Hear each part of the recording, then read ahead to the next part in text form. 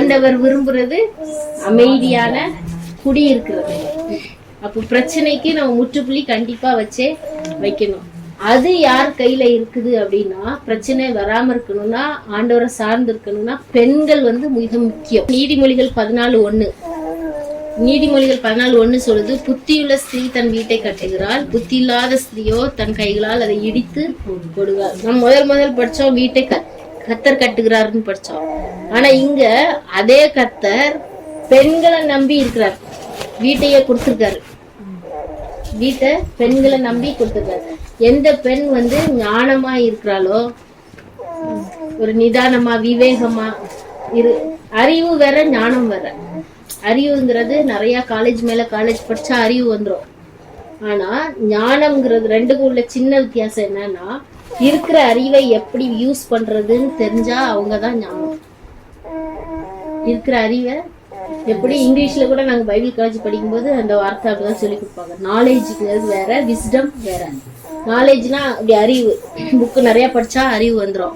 ஆனா how to put it in practice, அதே இருக்கிற அறிவை நம்ம நடைமுறைக்கு போட்டுட்டாதான் அவங்க ஞானவான்கள். இல்லைன்னா அவ கையாலே அவ இடிச்சு போட்டுறா அப்படின்னு ஆண்டவர் சொல்றாரு. நீதிமொழிகள் 10:1 ஞானமுள்ள மகன் தகப்பனை சந்தோஷப்படுத்துகிறார்.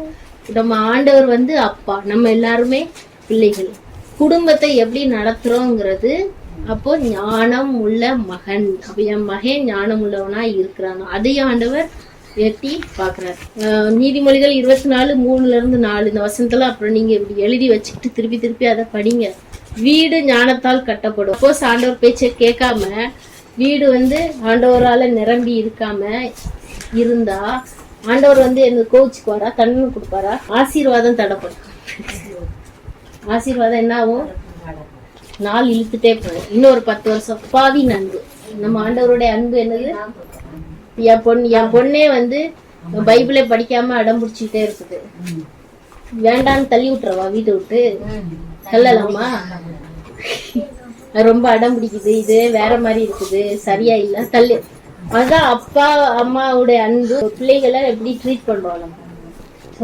அப்போ நம்ம அப்பா நம்ம ஞானமா இல்லைன்னா துக்கப்படுவோம். அப்புறம் ஆசீர்வாதமும் லேட்டா ஆயிரும். 2 கொரிந்தியர் புஸ்தகம் 5:1-5 வரைக்கும் பூமிக்குரிய கூடாரம் நித்திய வீடு பற்றி இருக்குது. அந்த பர்மனண்டான வீட்டுக்கு எப்படி ரெடி ஆகுறது? இந்த வீட்டுல இருந்துட்டே தான். இது டெம்பரவரி. ஆனா நம்ம போறது பர்மனண்ட். அந்த டெம்பரவரி வீட்டை நம்ம யூஸ் பண்ணிக்கணும். எப்படி? நம்ம இங்க இருக்கும்போது நம்ம பைபிள் அதிகமா படிச்சு நம்ம தியானம் பண்ணி ஆண்டவரோட இப்போ நிறைய வரங்கள், ஆவிக்குரிய வரங்கள் எல்லாம் டெவலப் பண்றோம் இல்லையா? ஆண்டவர் நம்ம கிட்ட பேசுறது, குணமாக்குற வரம், அற்புதம் செய்யற வரோம். அப்படி நம்ம இன்னும் ஆண்டவர் கிட்ட போறோம் இல்லையா? அதெல்லாம் எங்கத்தான் இருந்து பண்றோம்?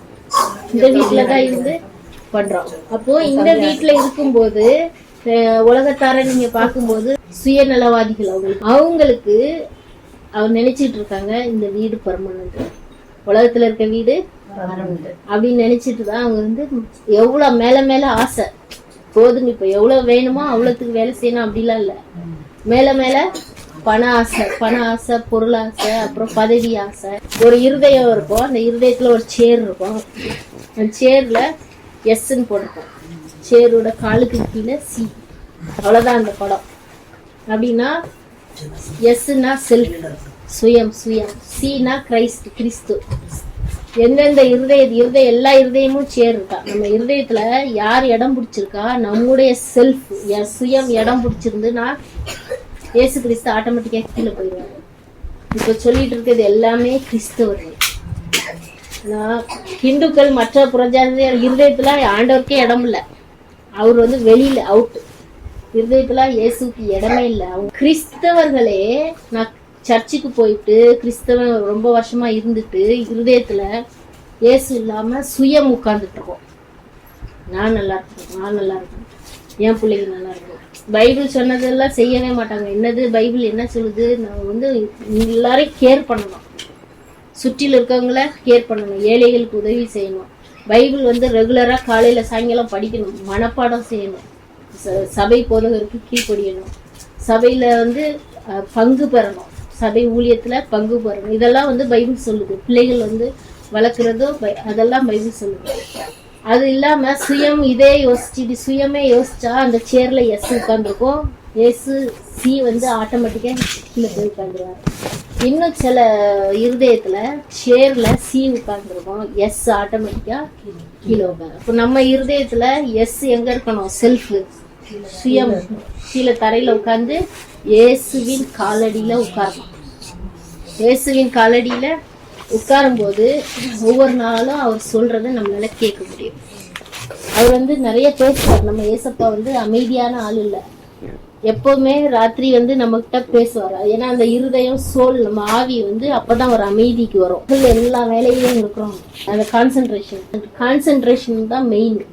இப்போ நம்ம கான்சென்ட்ரேஷன் எல்லா வேலையும் நிற்கும் போது ஆட்டோமேட்டிக்கா எங்க திரும்பணும்? ஆண்டவர் பக்கம் திரும்பி காலையிலே ஃபர்ஸ்ட் ஆண்டவர்கிட்ட கேட்டுருந்தேன், ஆண்டவரே இன்னைக்கு நான் என்ன பண்ணணும், எங்க போகணும், என்கிட்ட என்ன பேசுறீங்க. ராத்திரி திருப்பி ஆண்டவரே நான் இவ்வளவு பேரை நான் மீட் பண்ணேன், இப்படிலாம் ஆச்சுது. அப்படியே ஆண்டவர்கிட்ட உறவாடி கொண்டே இருக்கிறது தான், அதுதான் நம்ம அவர் சேர் கால்கடியில நம்ம இருக்கிறோம் அப்படின்னு அர்த்தம். கொலோசியர் 3:13 ஒருவரை ஒருவர் தாங்கி ஒருவருக்கு ஒருவர் குறைபாடு உண்டானால் மன்னியுங்கள் அப்படின்னு சொல்லுவோம். இந்த மன்னிக்கிற குணம் வந்து பிசாசே அதிர்ச்சி ஆகுற ஒரு விஷயம். அன்பு செலுத்துறது, மன்னிக்கிறது, இந்த ரெண்டும் இருந்தா நம்ம இயேசுவை போலவே இருப்போம். எப்படி நம்ம பிள்ளைகள் எல்லாம் பார்த்தா உங்க அப்பா மாதிரியே இருக்கு அப்படி சொல்றாங்க, இவங்க அம்மா மாதிரியே இருக்கும்.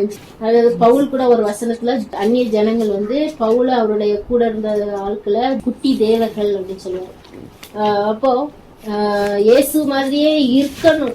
மன்னிக்கிற குணமும் அன்பு செலுத்துற குணமும் இருந்தா அப்படி இருக்கும். கண்ணுக்கு தெரியாத குணம் தானே அது மன்னிக்கிற குணம். இப்போ பெரிய பெரிய பெரிய மிஸ்டேக்கா இருக்கும், பெரிய பெரிய இதா இருக்கும். ஏசாயா உங்கள் பாவங்களே எனக்கும் உங்களுக்கும் நடுவாக ஒரு சுவராய் நிற்குதுன்னு அந்த ஒரு சுவர். இப்போ மன்னிக்காத குணம் அப்படின்னு நம்மகிட்ட இருந்தா பெரிய சுவர் அப்படியே எழும்பினே வரும். அங்க ஏசு இருக்காரு, இங்க நம்ம இருக்கோம், நடுவுல இப்படி ஆயிரும் சுவர். அவர் ஆசீர்வாதமும் அப்படிதான் மேல இருந்து வரும், நம்ம கிட்ட வந்து சேரும். ஆனா நடுவுல சுவர் எழும்பிரும். எப்படி எழும்பும் சுவர்? நம்முடைய குணங்கள். அப்போ கண்ணுக்கு தெரியாத குணங்கள். 59 படிங்க, ஏசாயா 59:1-2. இதோ ரட்சிக்க கூடாதபடிக்கு கர்த்தருடைய கை குறுகி போகவில்லை, கேட்க கூடாதபடிக்கு அவருடைய செவி மந்தமாகவும் இல்லை. உங்கள் அக்கிரமங்களே உங்களுக்கும் உங்கள் தேவனுக்கும் நடுவாக பிரிவினை உண்டாக்கி இருக்கிறது. உங்கள் பாவங்களே அவர் உங்களுக்கு செவி கொடாதபடிக்கு அவர்களுடைய முகத்தை உங்களுக்கு மறைக்கிறது. ஏசாயா 59:2. இப்போ கர்த்தர் செவி கொடுக்காதபடி என்ன மறைக்குது? பாவமோ அப்படின்னு ஆண்டவர் சொல்லுறாரு. ஆண்டவர் நம்மிட எதிர்பார்க்கறது ஒருவரை ஒருவர் தாங்குங்க, ஒருவரை ஒருவர் மன்னிங்க, ஒருவர் குறைபாடு உண்டானால். இப்போ ஒருத்தர்கிட்ட இவ்வளவு மிஸ்டேக் இருக்கு அப்படின்னு எனக்கு தெரிஞ்சிட்டு எனக்கு ஃபர்ஸ்ட் யார்கிட்ட சொல்லணும்? ஆண்டவரே பாருங்க இப்படி எல்லாம் பண்றாங்க சொல்லிட்டா அடுத்து நம்ம வேற யார்கிட்டையும் சொல்ல அவளுக்கு வாய் அவ்வளவா வராது. ஏன்னா ஆண்டவர்கிட்ட தான் சொல்லிட்டோமே, அவர் பாத்துக்கிடுவாரு. அப்போ குறைபாடு இங்க வந்து வசனம் அப்படிதான் சொல்லுது. கொலோசியர் 3:13 ஒருவரை ஒருவர் தாங்குங்க, குறைபாடு உண்டானால் மன்னியுங்கள் அப்படின்னு சொல்லுது. லூக்கா 18:16 சிறு பிள்ளைகள் என்னிடத்தில் வர இடம் கொடுங்கள். நான் இல்லாம இருக்கும்போது நீங்களே வந்து ஃபேமிலி ப்ரேயர் அரேஞ்ச் பண்ணுனா அப்ப அந்த பிள்ளைங்களுக்கு சான்ஸ் கிடைக்கும் தானே வர்றதுக்கு. சப்போஸ் நீங்க ஃபேமிலி ப்ரேயரே வீட்டுல அரேஞ்சே பண்ணல, நடக்கவே இல்லை, பிள்ளைங்க வந்து ஏசப்பா பாதத்துல உட்கார சான்ஸ் கிடைக்குமா? சிறு பிள்ளைகள் என்னிடத்தில் வர இடம் கொடுங்கள்.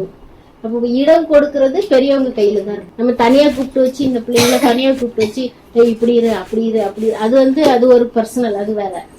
ஃபேமிலி ப்ரேயர்னு சொல்லி உட்கார்ந்துட்டா அங்க யாரு வந்துருவா? இயேசு கிறிஸ்து. அங்க யாரு உட்கார்ந்துருக்காங்களோ அவங்கள ஆசீர்வதிக்கிறது தான் இயேசுப்பாவுக்கு வேலை. இது எப்படின்னா இயேசு கிறிஸ்து வந்து இப்ப வானத்து பூமிக்கு உண்டாக்குன பெரிய ஓனர் அவரு. அவர் எங்க வந்தாலும் வெறுங்கையோட வரமாட்டார். ஏன்னா அவர் அவ்வளவு பெரிய ஆளு. அவர் வந்து வரும்போது கை நிறைய ஆசீர்வாதம் தள்ளிட்டு வருவாரு. சுகம், பலன், ஞானம், இதெல்லாம் என்னது நான் சொல்றதெல்லாம் ஆசீர்வாதம். வெறும் பணம் பணம் பணம். அது இந்த டிவில பாக்குறாங்க, என் பிள்ளைங்கள பாக்குறாங்க, இது ஜெயிச்சா $இவ்வளவு, இது ஜெயிச்சா $இவ்வளவு. அது அப்படி வருது.